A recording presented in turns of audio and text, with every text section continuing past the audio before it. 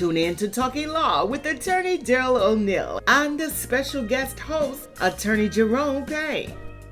Live TV talk on your digital device, on Roku, Fire TV, and Apple TV. Download the SVP TV app right now. Check us out every Tuesday on Comcast Cable, Channel 17. Welcome to Talk A Lot with Darrell Oneal. I'm your host. I got my main man with Jerome. What's up, Darrell? Hey, man, another day in the neighborhood. Absolutely. You know, we need to, I guess, to give our shout-outs. Absolutely, yes. So, if you have Roku TV, Fire Stick, Apple TV, or you have downloaded the SVP TV network app, you can actually watch us live. All right. And in watching live, here's the beautiful thing of watching live.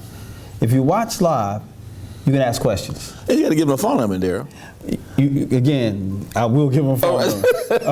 I will give them a phone number. Yes. But yeah, if you can ask, you can call in and ask live, and we'll answer whatever question. Absolutely. Regardless of what topic we're talking about, we'll answer those questions. So do that if you want to do that. Yeah. And we advise you to do that. Facebook Live, YouTube Live, the same thing happens to you. You can call in live. We answer whatever question you have. So feel free to do that. I mean, that's one of the reasons why we have the show. Absolutely. Shucks, we used to film this show live, and we would be live on the air, and we actually took calls on the air while we were actually live on the air. That's so true. The phone would be ringing. The phone would ring. Man. We would have shows prepared, and we would get to know shows because we would answer all the questions. So that's the intent of this type of show. It's free legal advice. Yeah. I mean, we'll answer whatever question you have, so it's free. Got over 50 years worth of experience in here, don't we? Yeah, a little long, maybe a little bit more than that. No, it's a little bit less because I'm 29 years this year, and you're 20 years, right? No, I'm 22. Okay, then it is over 50 years. 51 years. Absolutely, Darrell. So anyway, give our shout outs. Hey, Lil Rock, welcome to the show. West Memphis, welcome to the show. We got some out west people watching too, some California people, man. Wow. So we need to tell them welcome to the show. Hey, y'all. Welcome to Shelby County, Memphis. Welcome to Mississippi. And welcome to the great state of Missouri. Always. Show me state. Show me state. So last time, Jerome, we spent time talking about voting laws. Now, that's important.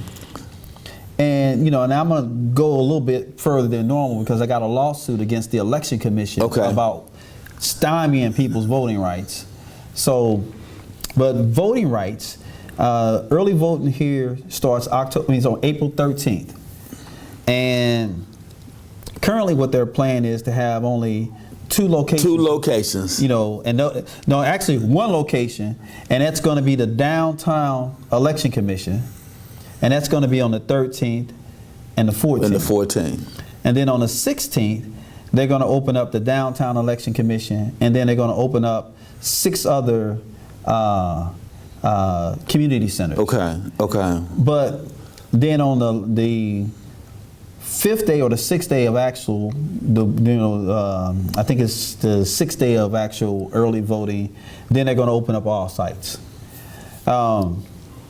Voting is about access to vote. It's access. And Darrell, I was just shaking my head because every single time there comes an election, somebody is trying to deny the right to vote, which is fundamental in this country. Yeah. People fought, they bled, they died, they marched, they shouted, they sung to get the right, and they keep taking it away over and over again. Every time you look up, they're trying to take something away from the citizens. And that should be what everybody's goal is. What would it look like if all 330 million Americans went to the polls?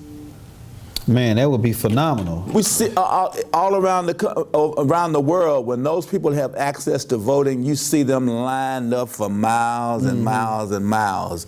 But in our country, they keep trying to take away the polling sites. They change the sites. I mean, what's going on there? What's really going on? I never really understand the concept of that. and maybe I'm the dumb guy, because look, it's my understanding, and maybe it's the wrong understanding, that the purpose of an election commission is to ensure that we get the maximum number of voting people, the maximum number of eligible voters That's right. to vote. That's right. And that's what I believe that their job is. And maybe I'm wrong. No. I mean, it should be nonpartisan. That's exactly right. Because it's the point is, we want people to vote. That's exactly right. And it doesn't matter whether you're Republican or Democrat, independent, the more the merrier. That's right. Open the doors and let's get the people out to vote, because that's how we determine what kind of city, county we want. Is by electing people who will then do the deeds that the people have elected them to do. And let me just say this. I think it's Shelby County, Davidson County, and Madison County are considered the Democratic counties. Okay. Of the entire state of Tennessee. Okay. just three counties there. 3 counties.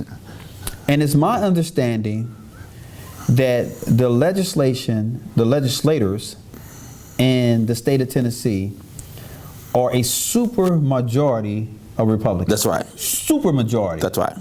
Governor, House, Senate, all majorities Republican. That's right. Everything. So the only thing that, if you're a Democrat in Madison County, or a Democrat in Shelby County, or a Democrat in Davidson County, the only thing that you have an opportunity to control, because you cannot control the state scenario. That's right. The only thing that you have an opportunity to control is your local government. That's right. That's right. That's right. So how is it that you will not allow me to vote? And that's the, again, and this is not just Republican or Democrat, because this is access for everybody. That's right.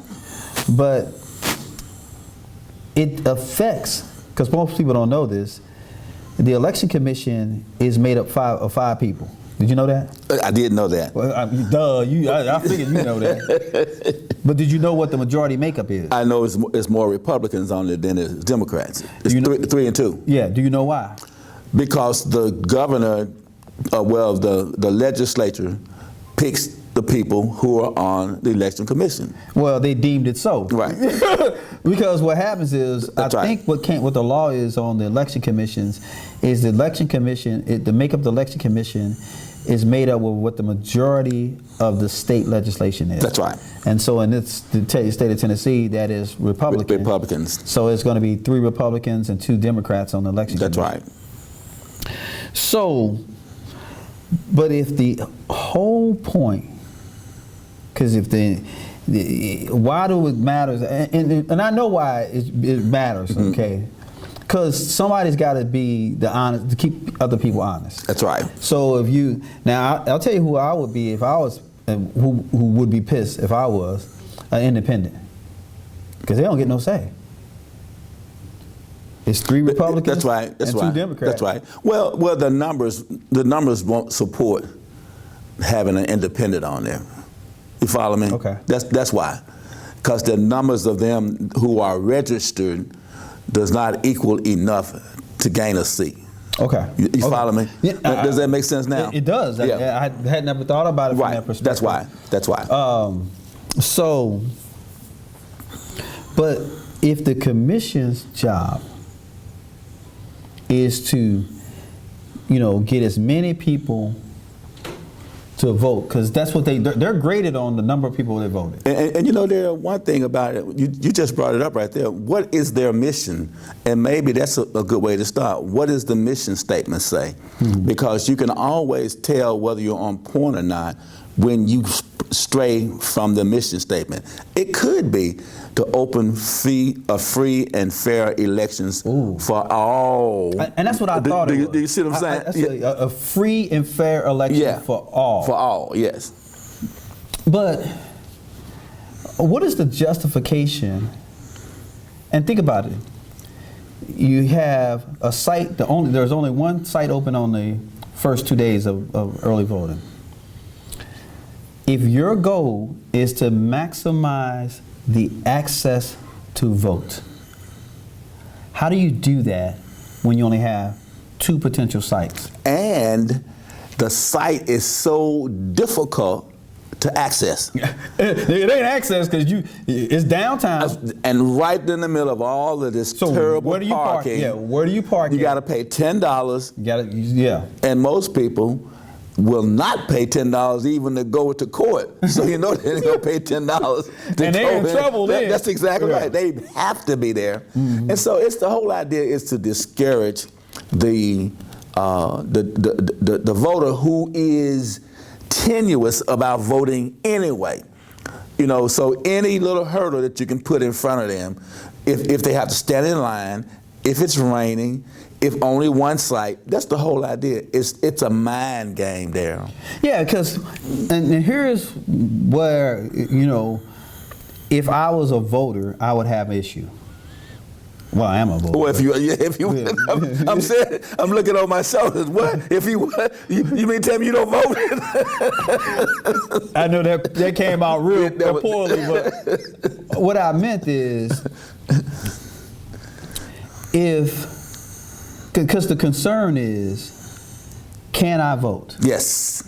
Yes. Well, and I don't want to sound, you know, I'm black, man. I'm a person of color, man. Are you really? You know, every time I look in the mirror, man, ain't nothing I can do to change that thought process. You know. But there, you know, people say, well, I don't see color. Well, I don't know what you're looking at. You can be red, black, red, green. You're not focusing on. I don't see color. Yeah, and that's what they're probably saying, too. The election commission said, oh, don't see color. Yeah. It ain't going to hurt nobody. Well, but let's run the thought process, yes. Jerome. The vast majority of the early voting sites are churches. That's right. The vast majority of sites that are not open are churches.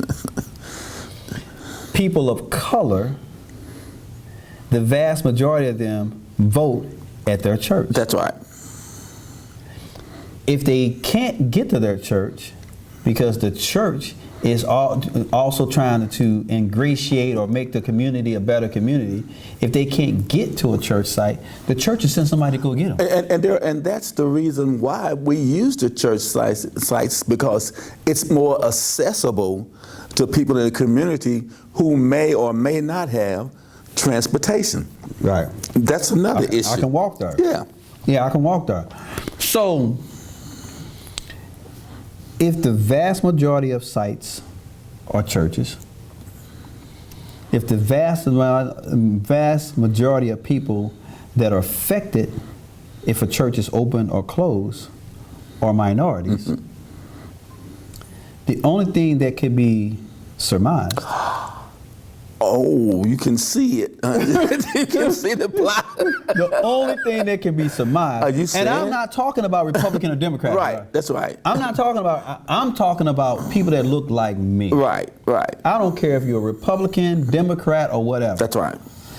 People that look like me have a history or being engaged with their local church. That's right.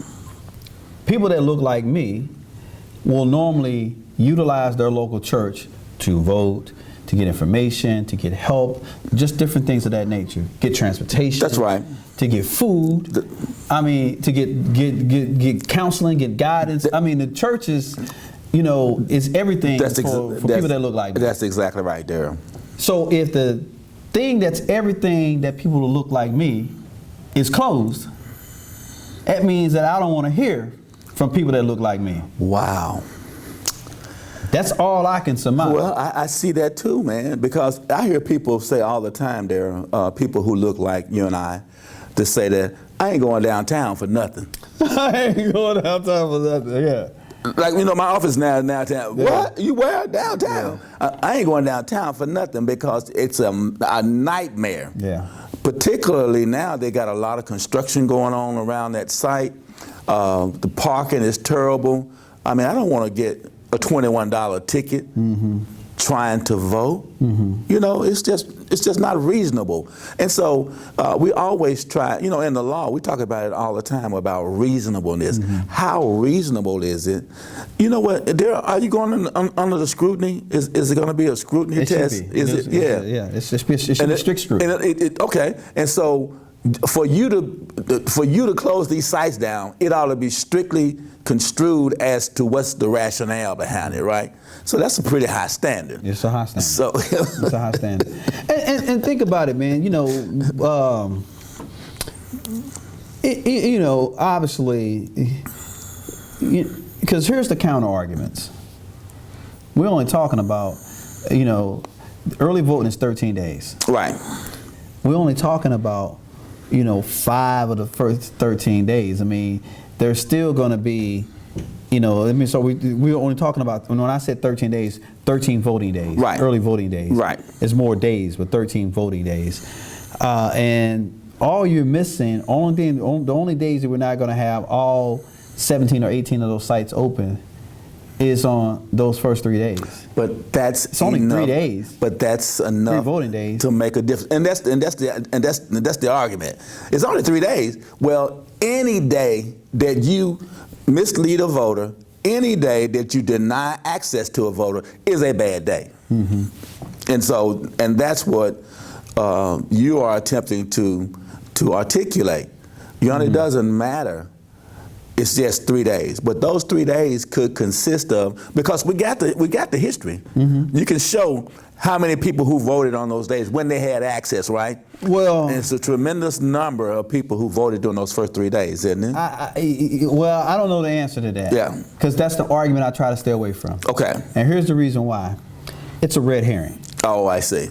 Because doesn't matter. It doesn't matter. I got you. What matters is access. And, you know, what did they say? McDonald's say 10 billion served? Right. It doesn't matter if they're open 6 a.m. to midnight. I got you. They're available for one of those 10 billion to come through the door. I got you. I got you. And one thing we know, that if you arrive at a place of business, a burger joint, a restaurant, and they are not there, the next time you decide to go somewhere, the first thing you'll say, well, I went there before and they wasn't open. They were closed, yeah. I ain't going back over there again. And so this is the same thing that we're talking about with voting. Yeah. I want to vote, but now my site is closed.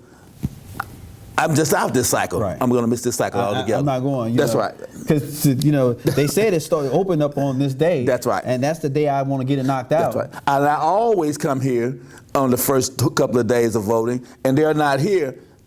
Well, I'm just not voting this time. But you got to take it further than that, Jerome. All the sites got rearranged. What? Think about it from this perspective. They changed the sites too? They changed their actual voting site. So you know how early voting you can vote anywhere. Anywhere, that's right. So, but you know when it's actual election time, if you don't vote in early voting, you actually have to go to a district that you have been assigned to. That's right.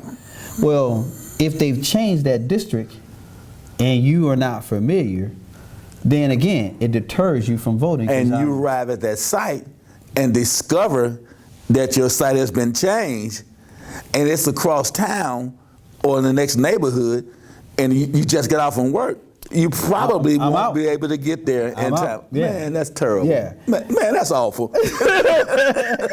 I'm just not getting it, man. That's terrible. That's awful. Mean, and again, I mean, you can put a number of reasons and a number of ways to spend this.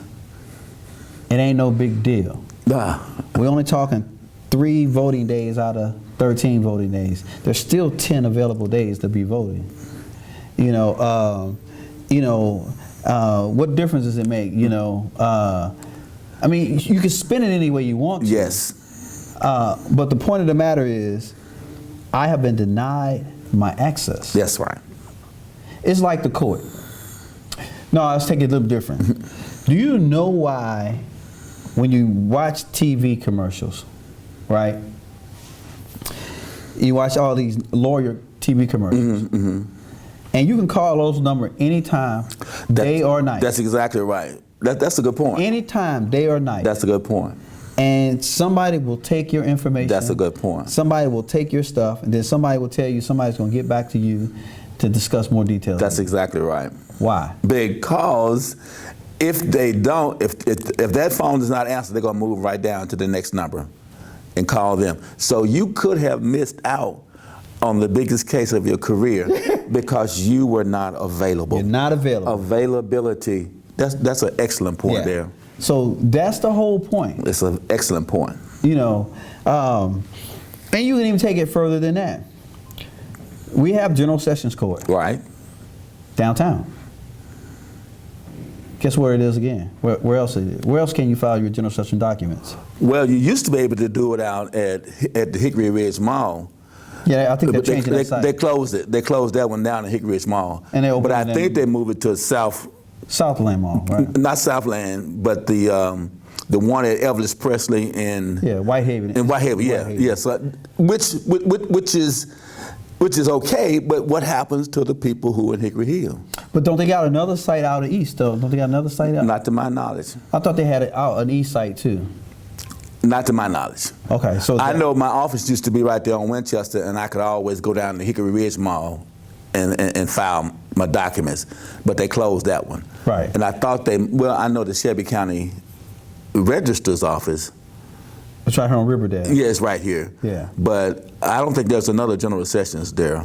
I could be wrong, but it's not. But the whole point of that is everybody can't get downtown. You don't want everybody downtown anyway because it's a mess downtown. Right. And everybody is packing in. In fact, that's why the court system is staggered. You know, criminal court starts at 9, but the traffic court starts at a different time. Mm-hmm. General Sessions. That's right, started at 8. Huh? Yeah, they come back. Yeah, they come back, and General Sessions and starts at 10. Yeah. Civil side, but the criminal side starts. So we're trying to control traffic. That's a whole other issue. Yeah, trying to control traffic. Yeah. And then all the parking meters are taken up. I mean, it's just the wrong thing to do there. Do these people ever think about right and wrong?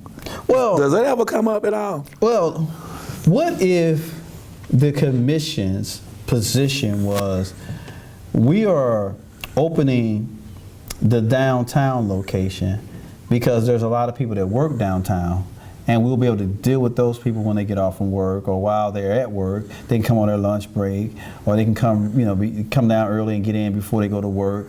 What if their thought process was that?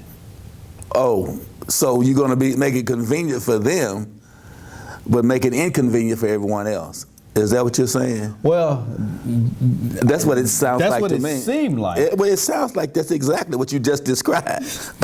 You're going to make it that people are already downtown. They've already parked, and they park every day downtown. Yeah. So certainly it's going to be accessible for them. But that's not who we're talking about. We're talking about the little old lady who has never missed voting since she got the right to vote, which is only 56 years old in there.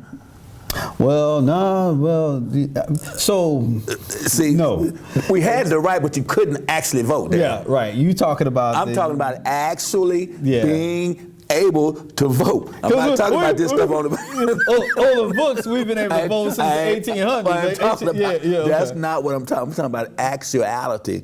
The real deal is that it was on the books, but you did not have the right to vote. Yeah, they all these poll taxes. It's only 55 or 56 years old. Yeah, poll tax or, you're right. The actual,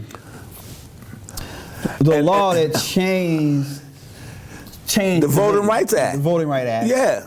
That changed to make it better. Yes. Yeah, it is 56, 57 years old. That's all it is. And then from that day forward, Grandmama said that I'm never going to miss a day voting.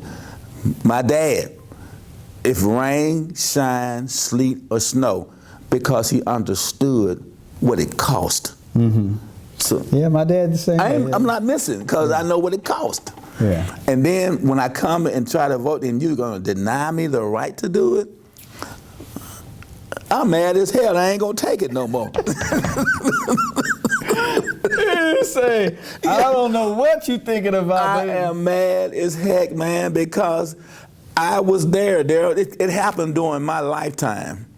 You see what I'm saying? Mm-hmm. When we were out there marching, we met at the churches. The church was the headquarters, and the whole idea was for us, give us the ballot.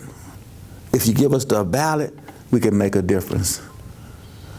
And so someone is trying to take that away by denying access.